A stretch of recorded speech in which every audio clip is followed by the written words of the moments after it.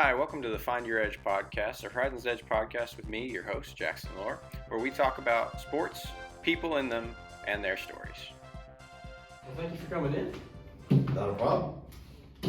So, Coach Knight, how long have you been coaching? I just finished in June. I finished my 40th year coaching softball. 40 years. Yes. Of softball. Wow. And total in volleyball, I coached for 36. Holy smokes. No, 35.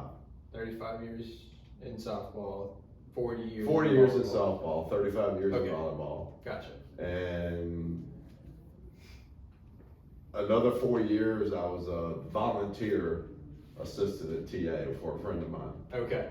Gotcha. Who was that for? Gina Troyer. Okay. All right. And that was with, what sport was that with? That was volleyball. That was volleyball. Yeah, I coached for 30 years at Page. Okay. Still taught, but got out of the volleyball, and then Gotcha. after a year of being out of volleyball, Gina, this coach that turned around to me, she goes, "Hey, why don't you come be my volunteer coach?" So I went and did it for 5 years, Gotcha. and then I went back to Page for 4 more years. Okay. Wow. What was it like going back and forth? Talk about back and forth. Between Page and Turner Ashby and... It was fine. I mean, I hadn't planned on going back to Page County. Right. I actually like being I enjoyed being a volunteer coach with Gina. Gina and I are friends. We've known each other for a long time, so I thoroughly enjoyed that because I had no responsibility except to show up and coach. Yeah. I didn't have to deal with all the other stuff that you have to deal with as a head coach. Don't have to do all the scheduling and Well, deal no, with parents it's and, right. Yeah. I mean, all the other stuff behind the scenes that nobody knows about. Right. I didn't have to deal with it. Yeah. Like one example, we were on a trip. We went and played. I don't remember where we played. I rode the bus.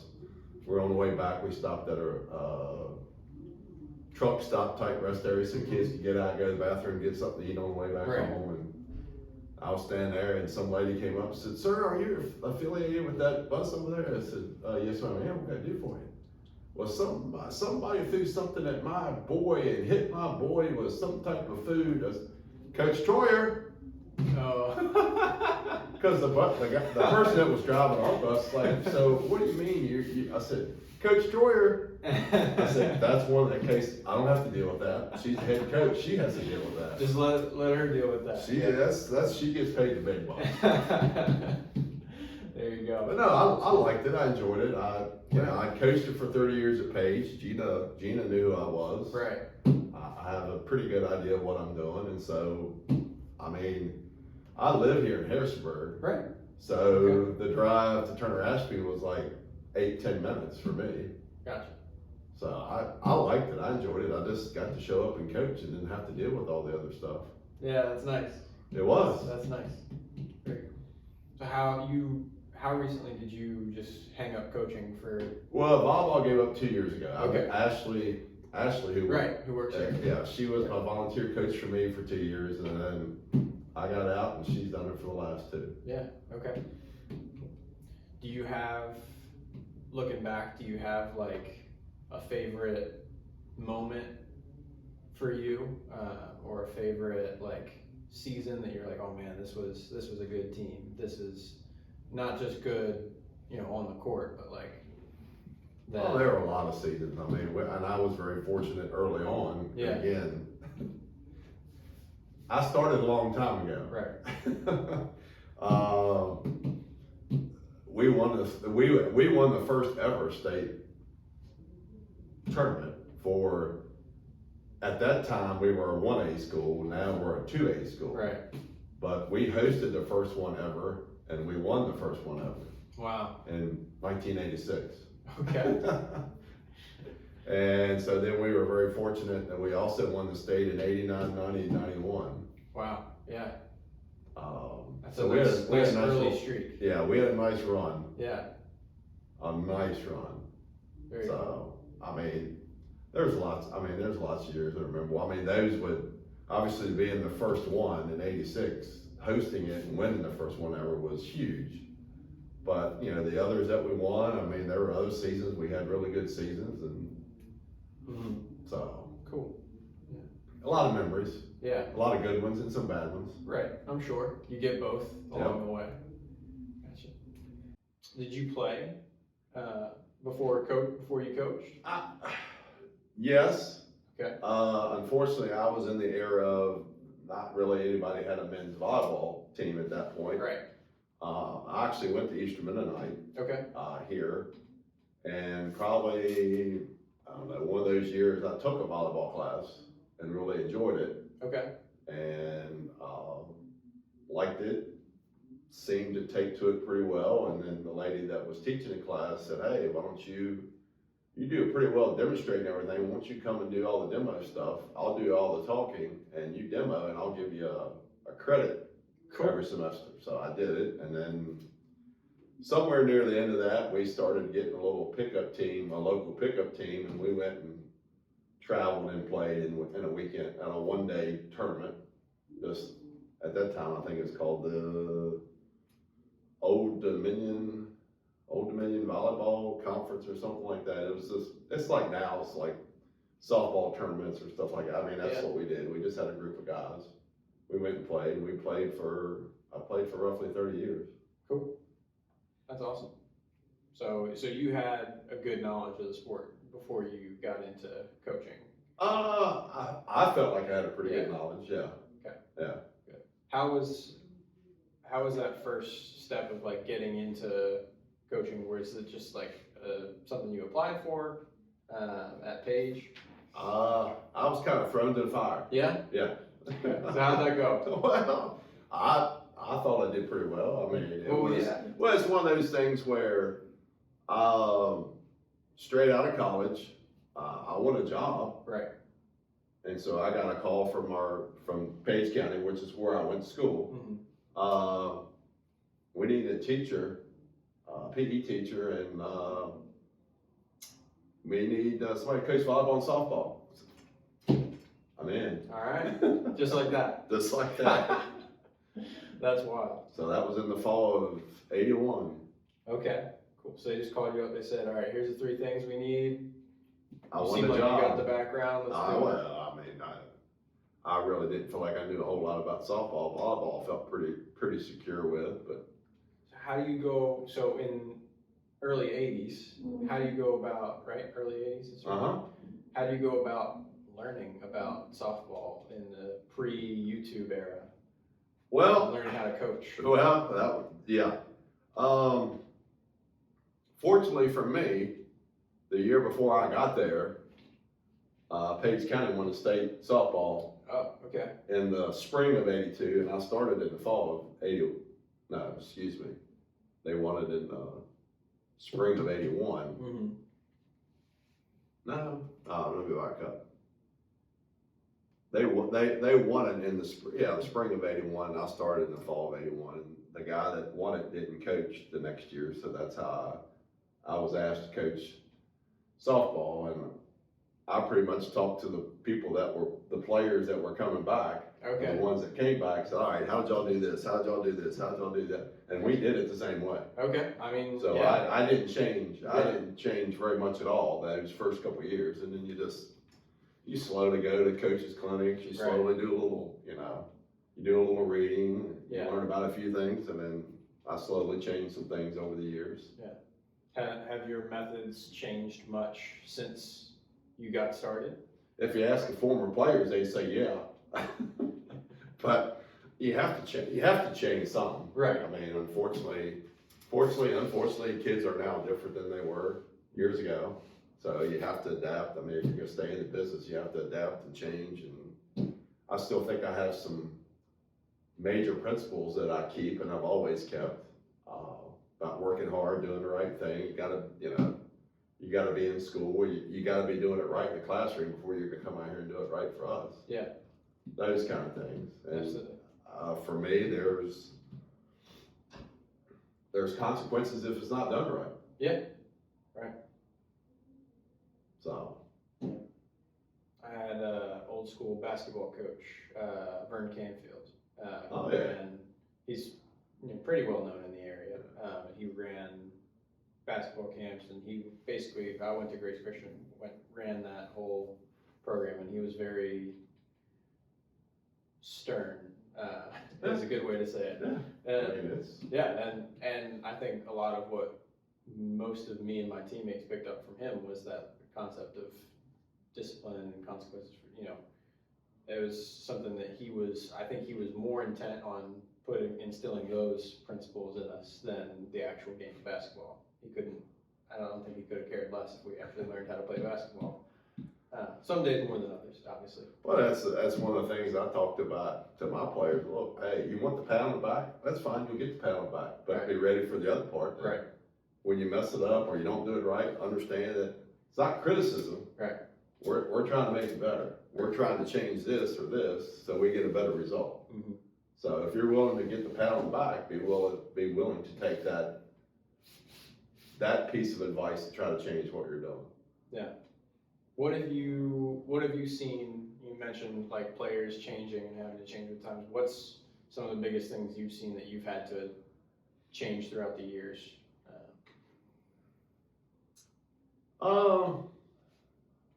A lot more parental involvement now. Okay.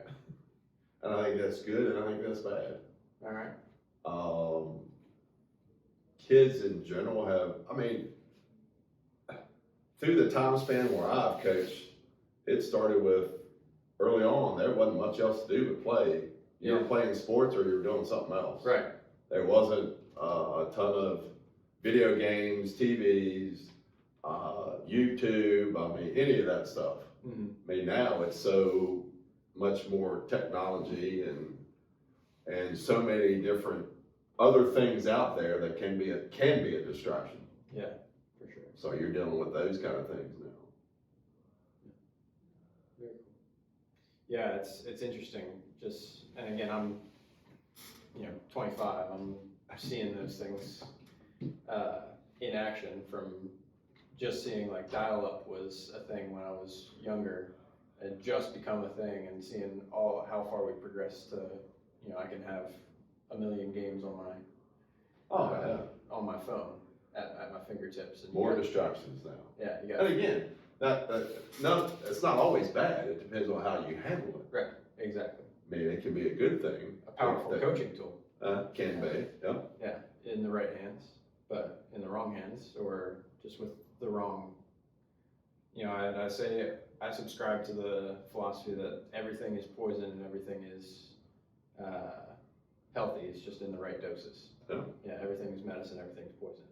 It's the dose that makes the difference, right? So, yeah. Any particular stories that stand out to you over the 40 years that you're like, this was something very meaningful, or parent interaction? No, it's, I've had, things have happened. I think I've been very lucky that I've not had a lot of bad things happen. That's great. Yeah, absolutely. It's always been, in most cases, good things. I guess part of what I miss, and that's just something that has changed with the times. When I first started, I'm sorry, and I'm a male coaching females, I sat on the back of the bus. I sat on the back of the bus and we sat there and talked about life in general. Can't do that now. Right. You're not having a male sitting on the back of the bus with females. That's how things have changed, and let's just say that's not a bad thing either. Right. But I remember sitting back in those 80s and into the 90s, sitting back there and talking to kids about life and things that go on in life and how do you handle things in life. Yeah. Yeah, and you have a coach to a player, you have a lot of wisdom that they can benefit from. And it's sad to see that that's not. Well, and like saying, that's not necessarily an awful thing. It's just that there's no way I'm sitting on the back of a bus now. Right. Yeah. Just not. I'm not putting myself into that situation. Right. Yeah. So, I guess the one story, it ended up being a good story, but it was, at the time, it was pretty scary for a lot of kids. We were headed to go play a softball game, and actually we had a wreck. Oh man. Yeah. And like I say, that was a long time ago. It was in the 90s sometime. And it was way to, again, around here, people wouldn't know it, but Brentsville High School, which is now like a 3A or a 4A high school. But we went there for a softball, baseball doubleheader, or for a baseball, softball game. And at the time, we're riding the same bus, but we had so many people, the baseball coach and I took turns. And this day, all of my softball players were on the bus, and some of his baseball players were on the bus, and then he was driving a van with roughly 8 to 10 kids of his. Yeah. And he was ahead of us. So actually, we were involved in a wreck. We actually turned onto our side. Oh, man. I mean, we went off the road on the right-hand side, swerved back left, missed the telephone pole, hit a ditch, and turned over onto the driver's side of the bus. Goodness. So it was, quickly assessing that, getting kids off the bus, not moving kids that were hurt. Yeah. Getting kids off the bus, and then they were all sitting kind of on like a rock wall off to the side across the road, and they were fine for a while, and then all of a sudden, boom, it hit them. Right. Just started crying like crazy because it finally hit them that they were in an accident. Now, luckily and fortunately for us, there wasn't any. I think we took one kid to the hospital. Two kids. One was an 8th grade manager who had a broken collarbone. Okay. And then the other one, one of my players had a bruised ribs. Considering the Yes. degree of Yes.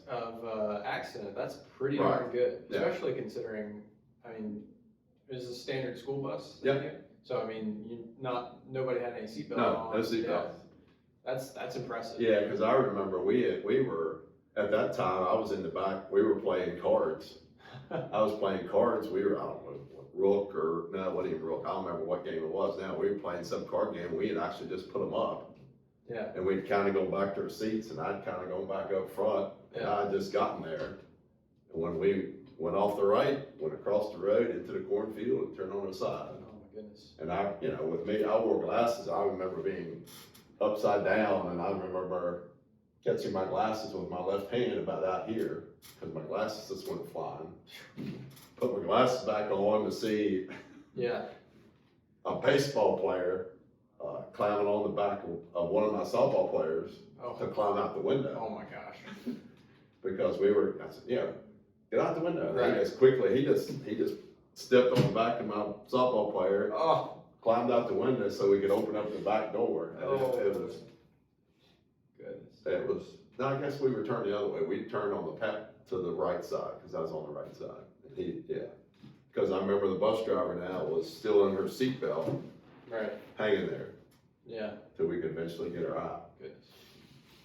Yeah, I was in a much less intense accident. So I used to travel with Liberty University's ice hockey team as their sports medicine athletic trainer. And it's one of the fancy buses. It's got Wi-Fi and all that mess. And we got halfway through Ohio. We're headed home from Michigan. We just played Adrian, headed back to Lynchburg, and the bus just shuts down. Like we didn't get hit at that point. The bus just shut down in the middle of the interstate. And one of the guys in the back goes, "We should probably get out and make sure we don't get hit." Like 2 seconds later, boom, somebody slams into the back of us. And none of our guys were really hurt. We had a couple guys with some whiplash the next week, and I was working on necks and that sort of thing.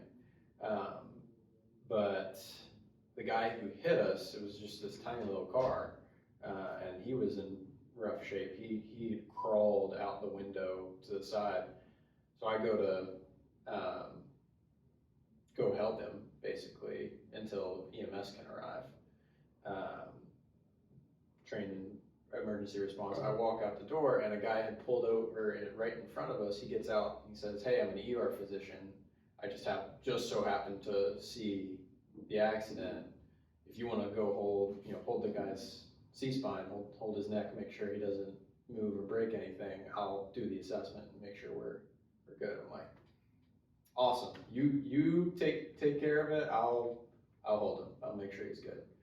So I knelt down, and we had just come from a game, so I was all dressed up, had vest and tie and all that on. So I'm kneeling down in the rocks in the rain, holding this guy's head, waiting for him to, waiting for EMS to arrive. We probably waited there for several hours just to find an alternate bus to move all of us at that point. But the local police called in a bus, so I've got a picture I can show you later of us all sitting there just waiting in the bus, and you see the sirens and the police lights beaming on us. It's kind of funny. Because with our bus, it was the days before truly cell phones. Yeah. I mean, so we were just sitting there and. Right. Because I remember I eventually went to the hospital. Well, the baseball coach eventually came back with the van because he finally heard that we were in an accident, so he came back with the van. Yeah. So then the school eventually sent another bus to pick up all the kids, baseball kids and the softball kids. They took them back. Him and I got in the van and drove to the hospital, and then I got checked out because I felt like I had bruised, but I was fine. Yeah. But I remember, because we were at the hospital roughly about 1 o'clock when finally those two kids got released. Yeah, goodness. But that was the days before cell phones. Yeah. So how do you alert, Well, we were very fortunate that one of the parents was I don't know, they were probably maybe 10, 15 minutes behind us, and she happened to be a nurse. Okay, that's and great. So she helped get people out and access to people, and then of course, I guess somebody came by, somebody made a phone call, and they called the school and told the baseball coach, and he drove back, and then somebody had called the high school to send another bus, and it was, at that time, it's a lot tougher than it would be now. Right, yeah, it's amazing. Because everybody has a cell phone. Yeah, right, you can have 20 people calling EMS like that versus having to wait for somebody to see you. So, yeah, that's interesting. Have you noticed any differences? You coached volleyball for a long time, coached softball for a long time. Any differences between the groups of athletes between the two, the groups of parents between the two that you noticed over the years? No. No. Because I early on, most of those kids played both sports. Played the same, Most of those kids played all three sports. Right. Volleyball, basketball, softball. Right. Now people become a lot more specialized, unfortunately. Yeah. I'm a big fan of, You I think kids should already play 2 or 3 sports. Right, I agree. I'm not a big fan of just playing softball, and that's the only thing you do. Right. Play other sports. Yeah. A lot of kids get forced into that. Well, Or yes. Not necessarily Shouldn't say into it, forced. but They think show about- promise. They show promise. They think about specializing, that means I got a better shot if Yeah. I specialize, which is not true. Right. College coaches are looking for athletes. Right. Yeah. If you happen to play softball, or you play volleyball, or you play basketball, that's a bonus, but they're looking for athletes. Right. That's why you get all these football players who are on the track team as well, and you get at the college level even. That's sometimes hard to convince people of that. Right. Right. I look at, players like the best, people who are some of the best in their sport. Michael Jackson also had not Michael Jackson, Michael Jordan. Thank you. I was thinking, People now wouldn't know who the heck you're talking about. Michael Jordan, they don't know who that is. well, Michael Jordan, he was able to switch, play baseball. Play baseball. Not ultra successful at baseball, but still could play at a professional level and do well, despite being the best at basketball, especially the best at its time, if not one of the best ever. Correct. Tom Brady was drafted to a baseball team, when he graduated college, or not before he graduated college, was drafted to a baseball team that no longer exists. And then people like, younger guys, Patrick Mahomes, who's on the Kansas City Chiefs right now, he was also a baseball player, was a college level baseball player. Well, Russell Wilson. Yep. Russell Wilson was a heck of a baseball player. You get a lot of those guys that I think people just don't bother to dig and see those things. Bo Jackson's another great example. That's what I was thinking. I was thinking Michael Jordan and Bo Jackson at the same time here. But yeah, you get a lot of those guys who, even at the highest levels of their sport, could have, because of how athletic they are, right? They have just general athleticism and the ability to pick up skills. You talk about skill acquisition and just the ability, you can show them something, they can watch an opponent do something and say, I'm gonna go do that. And they practice it a handful of times before it's almost perfect, right? And something you almost can't teach. But yeah, I think it's more people, and I'm always going to be an advocate for this, is more people should be playing more sports. I'm a big fan of play at least 2 sports. And well, again, Page County's a small school. Yeah. I mean, we have somewhere in the neighborhood of 550 total students. Yeah. Which is not the smallest. I mean, single A is much smaller than that, but at our school, you need athletes to play all sports. Right. Yep. It can only help them and it can help us. Right. Makes every team more competitive. Right. And yeah, I think there's definitely a mindset of people thinking that they're not good enough to play all the sports, or that there's definitely a perfectionism, I think, and maybe you can tell me you've seen otherwise, but people get this perfectionist mindset of like, oh, okay, I'm really good at this, but I'm not that good at this, so I don't want to play it because I don't want to be average.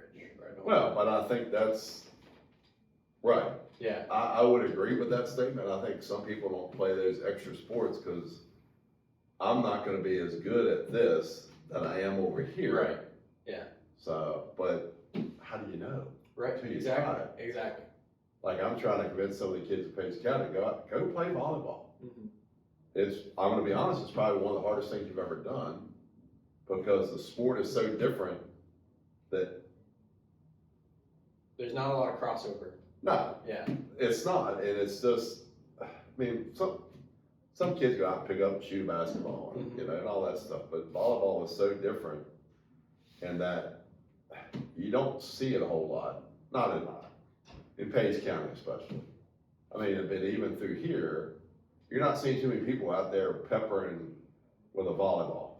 Right. Or getting somebody else to go out in the yard and we're gonna pass it back and forth, or we're gonna set it back and forth kind of thing. Right. Whereas you might see people go out and go shoot some hoop. Mm-hmm.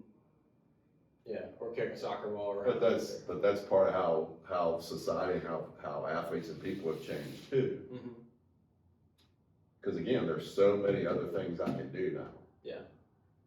Where it used to be, hey, it's go sit in the house and watch a little TV, or else we're gonna go out in the yard and do something. Mm-hmm. But I think you see it a lot on college campuses, especially with like beach volleyball. Yeah.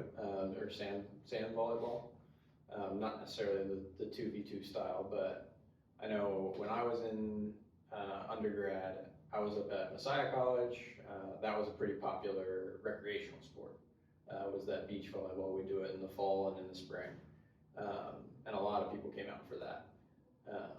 But it's less, I mean, maybe it's just because there's less of it around that, like, it's less accessible to just go pick up and play volleyball, but I feel like everybody can find a basketball hoop somewhere kind of thing.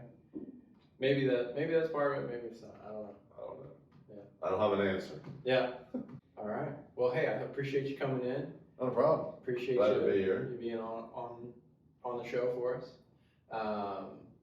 And I'm looking forward to hearing you at the banquet on December 2nd. I need to get with Ashley, and because Ashley said you only need to speak for about 5 minutes or so. I said, okay, good, because I don't speak. Yeah. No, that's all right. You spoke pretty good today. Well, yeah. As a friend of mine said, that it's an old story, but used to be a guy that reported for the Page Courier, the local paper over there, and he was talking to him one day and goes, I've done a little research on this guy. He goes, why haven't you done a story on him? Well, he don't want to talk. And so I eventually got to know him. He's a real good friend of mine now. And he goes, I just spent 45 minutes with him, and he talked for 45 minutes. Yeah. You're just not asking the right questions. And he looked there and goes, he'll talk about his kids all day long. He's not going to talk about himself. But oh yeah, I mean, I met this guy for the first time, and he was asking questions about my kids and the program, and so we just talked for 45 minutes. There you go. Well, hey, thank you. I appreciate it. You're welcome. Thank you guys for tuning in and listening. I hope you guys enjoyed it. If you did, be sure to like and subscribe.